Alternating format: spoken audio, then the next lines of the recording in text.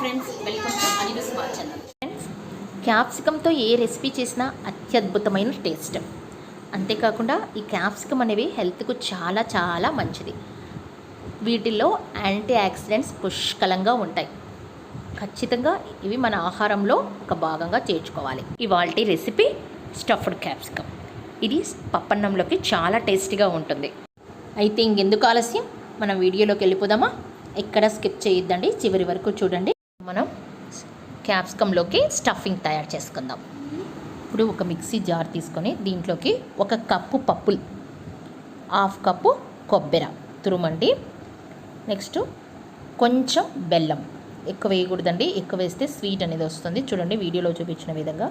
తర్వాత 1 స్పూన్ ధనియాల పొడి, 3 వెల్లుల్లి రెబ్బలు, 4 పచ్చిమిర్చి, 1/2 స్పూన్ జీలకర్ర, ఎస్ అండి. ఇంకా 2 బేడలు చింతపండు కొంచెం వాటర్లో ఈ విధంగా నానబెట్టుకోవాలి. అది కూడా యాడ్ చేసి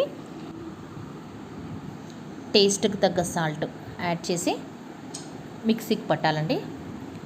ఈ విధంగా అండి. తర్వాత ఆనియన్స్ 1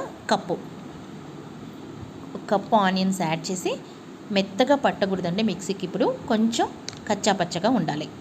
స్టఫింగ్ రెడీ అయిపోయిందండి. పక్కకు పెట్టేసుకొని ఇప్పుడు క్యాప్సికమ్ తీసుకొని వీటికి ఈ విధంగా వీడియోలో చూపించిన విధంగా ఘాట్లు పెట్టుకోవాలి. తర్వాత మనం తయారు చేసుకునే ఈ స్టఫింగ్ను దీంట్లో స్టఫ్ చేసుకోవాలి.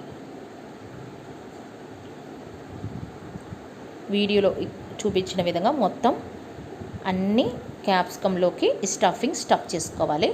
స్టఫింగ్ అని మిగిలిపోతే ఈ విధంగా మనకి ఇష్టం వచ్చిన షేప్లో వాటిని చేసుకొని క్యాప్సికంతో పాటు మనం ఫ్రై చేసుకుంటే ఇవి కూడా చాలా బాగుంటాయండి. పప్పన్నంలోకి చాలా బాగుంటుంది, లేక ఒత్తుగానే తిన్న బాగుంటుంది. చాలా టేస్టీగా ఉంటుందండి ఈ స్టఫింగ్. ఒకసారి ట్రై చేయండి. ఇప్పుడు వీటిని ఫ్రై చేసుకుందాం. ఇప్పుడు పెన్నం వేడయ్యాక ఇక్కడ నేను 4 టేబుల్ స్పూన్స్ ఆయిల్ తీసుకున్నానండి. ఇది కొంచెం హీట్ అయ్యాక ఇప్పుడు మనం స్టఫ్ చేసుకున్న కమ్మన్నిటిని 1 by 1 యాడ్ చేసి బాగా ఫ్రై చేసుకోవాలి. ఈ ప్రాసెస్ అంతా లో టు మీడియం ఫ్లేమ్లోనే జరగాలి. హై ఫ్లేమ్లో అస్సలు పెట్టద్దండి. తర్వాత వీటినన్నిటికీ ఇలా పెన్నంలోకి యాడ్ చేసుకున్నాక తర్వాత ఒక ప్లేటుతో క్లోజ్ చేసేయాలి. 5 minutes ఆగాక ప్లేట్ తీసేసిన తర్వాత ఇవి బాగా ఒకవైపు మగ్గినాయి కాబట్టి వీటిని టర్న్ చేసుకోవాలి. ఇప్పుడు మళ్ళీ ప్లేట్ క్లోజ్ చేసి 5 minutes ఉంచాలి. ఇప్పుడు తీసేసి ఇంకొక వైపుకు టర్న్ చేసుకోవాలి క్యాప్సికమ్. ఈ విధంగా టోటల్గా అన్ని వైపులా ఫ్రై చేసుకోవాలి. అంతేనండి, స్టఫ్డ్ క్యాప్సికమ్ రెడీ. ఇప్పుడు డిష్ అవుట్ చేసుకుందామండి. చూశారు కదా ఫ్రెండ్స్, ఒక యూనిక్ స్టైల్లో యూనిక్ రెసిపీని. తప్పకుండా మీరందరూ ఈ స్టఫ్డ్ క్యాప్సికమ్ని ట్రై చేసి మంచి రుచిని ఆస్వాదించండి.